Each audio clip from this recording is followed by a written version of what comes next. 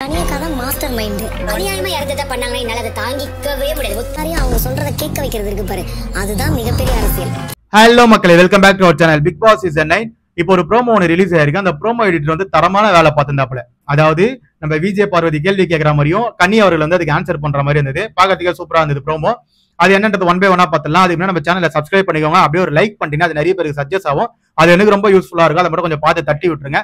சரி, வாங்க வீடியோவில் போயிடலாம். ஃபர்ஸ்ட் எடுத்தவனே விஜய் பார்வதி என்ன சொல்றான்னு பாத்தீங்கன்னா, கனியக்கா தான் இந்த வீட்டோட மாஸ்டர் மைண்டு அப்படின்னு சொல்லிட்டு சொல்றாங்க. அப்படியே கட் பண்ணா இந்த பக்கம் நம்ம கனி அவர்கள் வந்து எஃப்ஜே கிட்ட சொல்லிட்டு இருக்காங்க, யாராவது எதனா அநியாயம் பண்ணாங்கன்னா என்னால அதை தாங்கிக்கவே முடியாது, ஒத்துக்கவே முடியாது அப்படின்னு சொல்லிட்டு நம்ம எஃப்ஜே கிட்ட அவங்க பேசிட்டு இருந்தாங்க.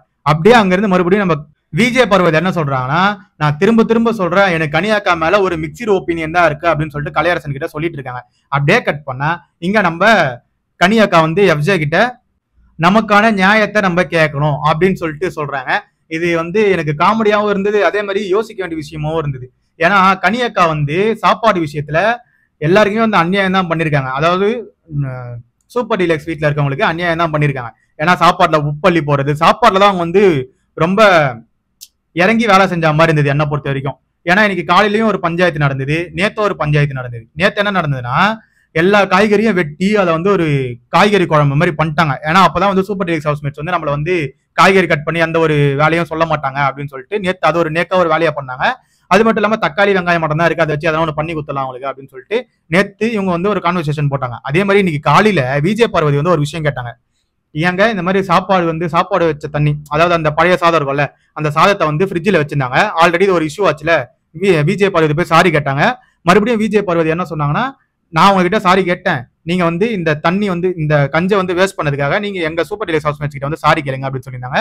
அப்போ வந்து நாங்க வந்து அதை வடகம் பண்ணுவோம், வெளியே அப்பளம் மாதிரி காய வைப்போம் அப்படிலாம் சொன்னாங்க. அது எதுவுமே பண்ணாம ஃப்ரிட்ஜில் இருக்கே, இப்போ இதுக்கு யார் வந்து சாரி கேப்பான்னு சொல்லிட்டு நம்ம விஜய் பார்வதி கேட்டாங்க.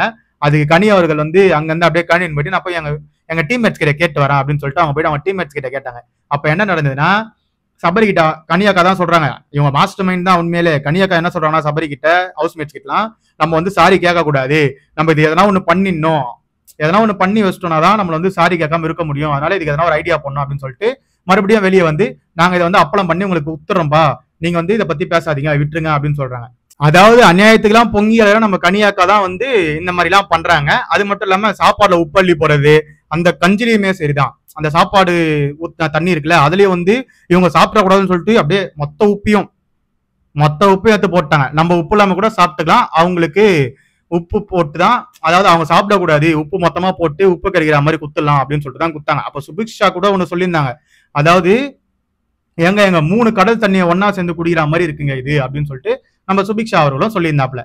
இந்த மாதிரி நம்ம அநியாயத்துக்கு குரல் கொடுக்குறவங்க, அதுக்கப்புறம் பொங்கி எழுற நம்ம கனியக்கா தான் இந்த மாதிரி வேலையெல்லாம் பாக்குறாங்க. சாப்பாடு விஷயத்துலதான் இவ்வளவு கேவலமா இறங்கி வேலை செஞ்சாங்க கனியக்கா. அவங்க வந்து இதெல்லாம் பேசலாமா அப்படின்ற மாதிரி தான் எனக்கு தோணுது. அதை வந்து அவங்க ஒரு கேமா பாக்குறாங்க. அது அந்த அளவுக்கு ஒர்த்தான்னு தெரியல. ஏன்னா சாப்பாடு வச்சு ஒரு கேம் இல்லையானமோ அப்படின்றதே தான் யோசிக்கிறேன். ஏன்னா இந்த வீட்டுல சாப்பாடு மட்டும் எல்லாருக்கும் கரெக்டா போச்சுன்னா அவங்களோட ஸ்ட்ராட்டஜி வச்சு கேம் விளையாடிக்கலாம். சாப்பாட்டுல இந்த விஷயத்தெல்லாம் காமிக்க வேணான்றதா என்னோட கருத்து, தனிப்பட்ட கருத்து. நீங்க வேற எதுல வேணாலும் கேம் பிளே பண்ணுங்க, டாஸ்க் இருக்கு, எவ்வளவோ டாஸ்க் வர போகுது, அந்த டாஸ்க்ல எல்லாம் கேம் விளையாடுங்க. அதை விட்டு சாப்பாடுல மட்டுமே கேம் ஆடாதீங்கன்றதான் என்னோட தனிப்பட்ட ஒப்பீனியன்.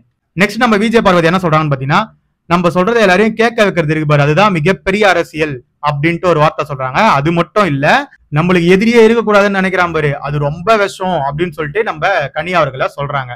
இதுக்கு கனி என்ன ரிப்ளை கொடுக்குறாங்கன்னா, நான் வந்து ரொம்ப வில்லி ஆயிட்டேன், நான் இப்படிலாம் யோசிக்கவே மாட்டேன் அப்படின்னு சொல்லி நம்ம எஃப்சே கிட்ட சொல்லிட்டு இருக்காங்க. இதுதான் நடந்த கான்வர்சேஷன். ஆனா இதுல முதல்ல கனி அவர்கள் மேல ஒரு தப்பு சொன்னோமோ, அதே மாதிரிதான் விஜய் பார்வதி இந்த வீட்டுல எல்லாரையும் ஒண்ணு சேர்த்து அவங்க ஒரு விஷயம் பண்றாங்க. ஓகே, நீங்களும் அப்படிதான் பண்றீங்க. அதாவது இந்த வீட்டுல அரசியல் பண்றது முக்கியமா யாருன்னா நீங்களும் தான். நீங்களும் ஆப்போசிட் பார்ட்டி மாதிரி தான். உங்களுக்குன்னு 2 பேர் இருக்காங்க, கலையரசன், திவாகர். அவங்க கிட்ட வந்து நீங்க நினைக்கிறதெல்லாம் அவங்க மைண்ட்ல திணிச்சு அவங்கள வந்து உங்களுக்கு கீழ இருந்து ஒரு அம்பு மாதிரி எல்லா விஷயத்துக்கும் ஏவிட்டு இருக்கீங்க, சண்டையெல்லாம். உங்களுக்கு அதெல்லாம் ஒன்னா திவாகர் அப்படியே துடிக்கிறாப்ல. அப்ப இதெல்லாம் எங்க போய் சொல்றது?